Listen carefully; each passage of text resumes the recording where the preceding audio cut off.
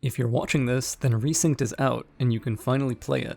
While it is a reimagining of the original Black Flag, several things are different now, and before I set you free on the islands and seas of the West Indies, I recommend you keep the things I'll talk about in mind.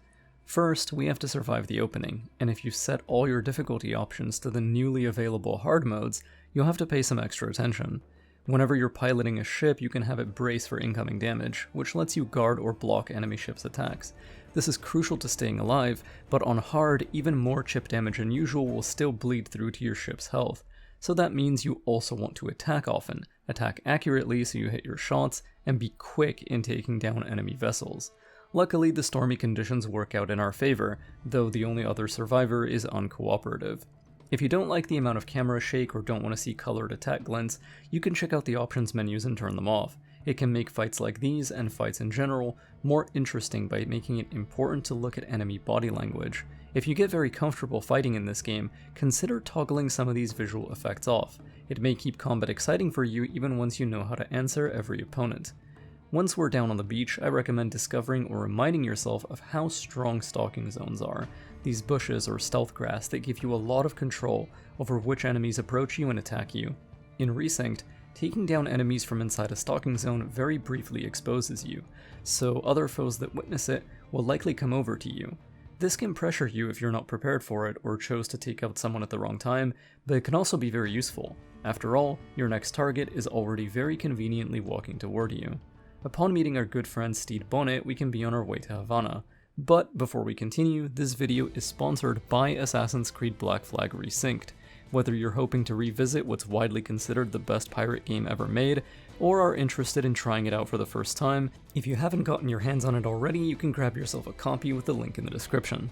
The new combat system, selectable difficulty levels, reworked mission layouts, and especially the redesigned rope dart are my personal favorite parts. Now, if the naval gameplay Black Flag got famous for all those years ago is what you're here for, it's as good as it's always been, maybe even better.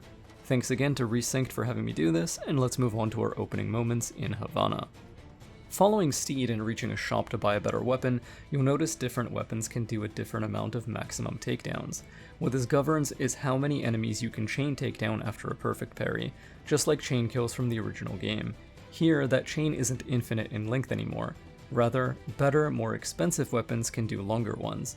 This is a small balancing factor that means you have to work a little harder for your takedowns and stay awake during fights.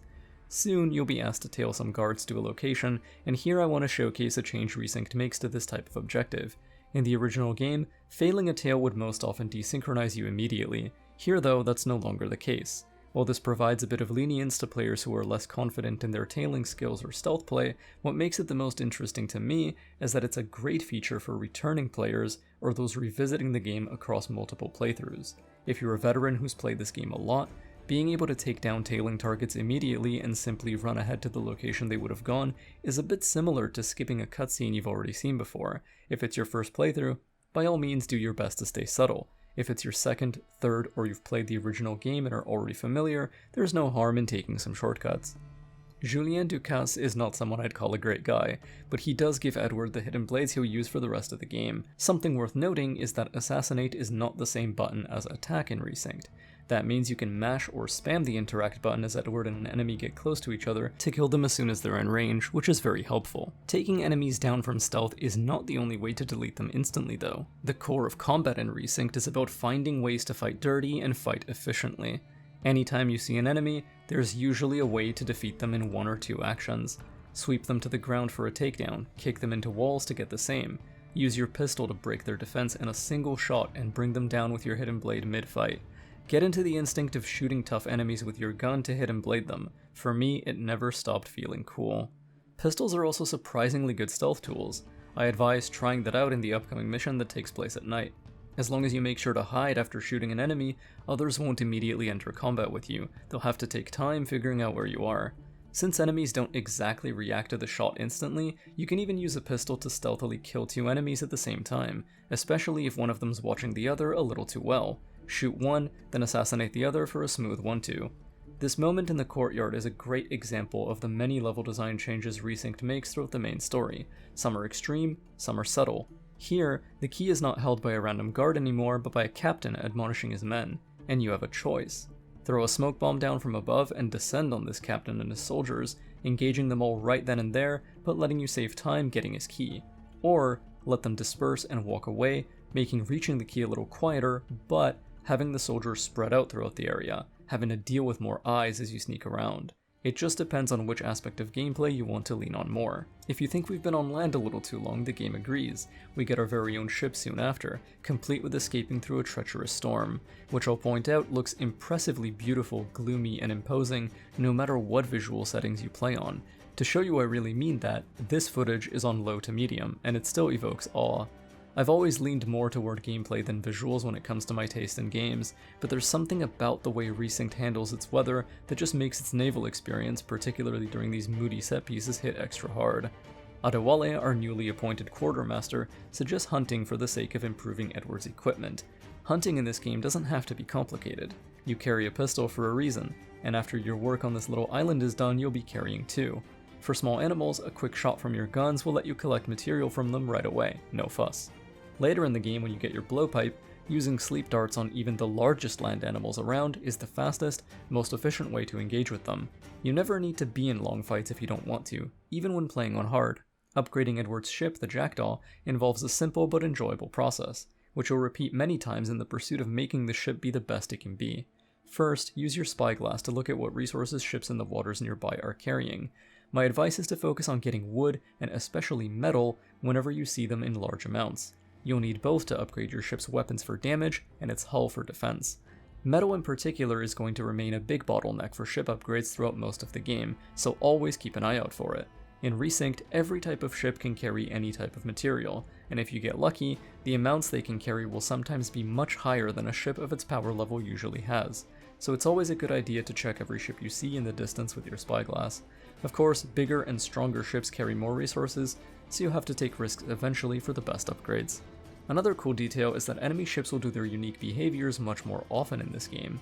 Schooners will drop fire barrels regularly, and while this can be troublesome if you sail onto them and damage yourself, you can also take advantage of this behavior by anticipating it and blowing them up with your swivel guns to damage them instead. Brigs, on the other hand, will be even more agile and maneuverable than before, attempting to ram you very actively whenever they can, so dropping your own powder kegs to deter them or remembering to brace if they're about to sail into you becomes even more crucial. As our pal Hornigold says, try not to sink ships you want the full resources from. Sinking them will never let you loot the complete total they were carrying. For that, you want to board them.